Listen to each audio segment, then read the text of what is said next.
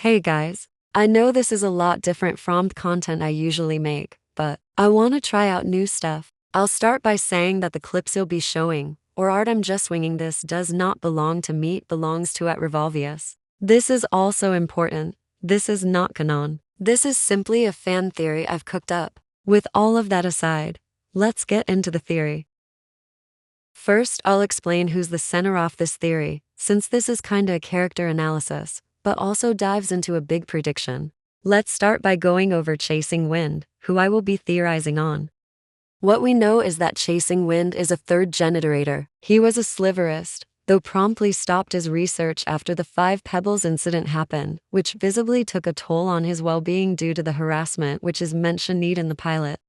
Based on the interactions and content we have of him, he's presented as a little distant from others, though does possess a kind heart and will help if needed, since he saved a pride Carnage. He's intelligent and logical, and pretty curious too, as seen with his fascination with the scavengers.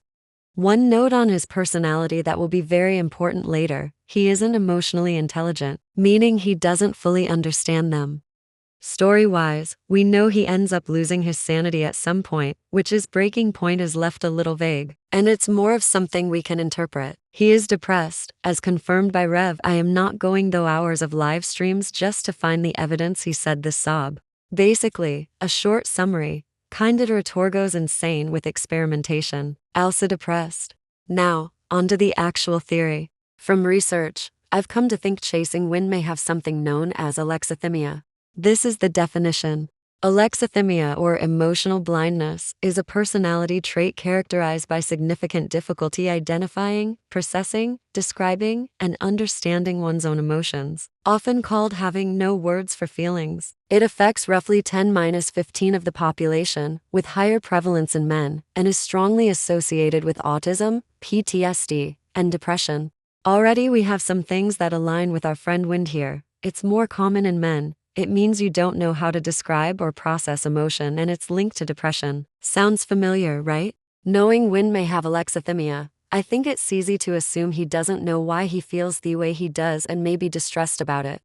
And if he can't put those emotions into words, how on earth can he vent to someone? Which also leads to my assumption that he doesn't vent to anyone. What do you think of Wind's current mental state?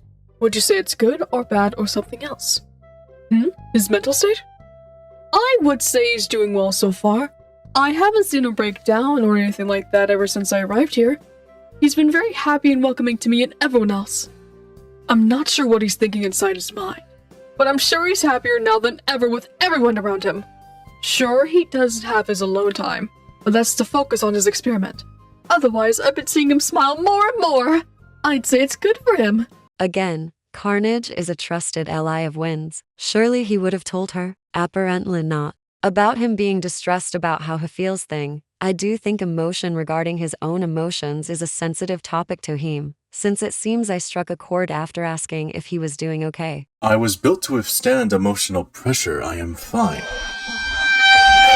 So, yeah, emotion clearly isn't on the table for anyone. Pretty sure if he vented to you, that would mean he trusts you with his life. With all of that aside, knowing he goes insane, possibly never vented, don't understand emotion, not even his own, yeah, pretty sure that's a bad sign. So, my theory? I believe that he bottled everything up, not knowing doing so would have a severe consequence, which is very unironically depressing, but it makes sense with what I've put down. What makes it sadder is that this theory, if it's close to canon or even is, it implies all of the bad things that happened in the future could have been avoided with just a hug and a long talk. This is why Chasing Wind has easily become my all-time favorite character. There's a lot to interpret about him, especially considering the rest of the series as of now is left up for interpretation. All we really know is the plot.